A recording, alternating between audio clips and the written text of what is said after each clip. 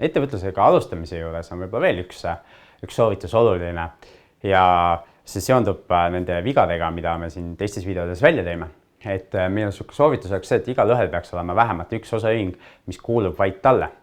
Ehk et kui me rääkisime nendest vigadega videodes sellest, et probleemid tekivad tihti mitme inimesega ettevõtet omades, siis vähemalt üks ettevõte võiks olla selline, kus sa saad ise otsustada kõiki asju ja teed, mis tahad ja mis kuulub nagu ainult sulle. Ja tihti sellele ettevõttele veel võib-olla nimetus nagu elustiili ettevõte, ehk et see ettevõte võib siis kanda ka sinu elustiiliga seotud kulusid, aga see on õhkõrn piir, et mis on lubatud ja mis ei ole lubatud.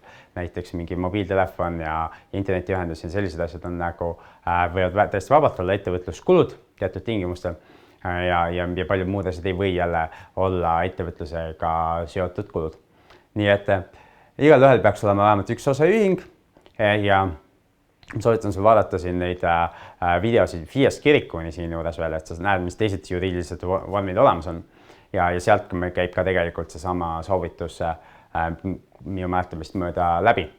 Nii et edu ja kasuta seda 15 minuti juhendit osaühingu registreerimiseks, kui sul veel ei ole osaühingut ja tere tulemast ettevõtjate sekka.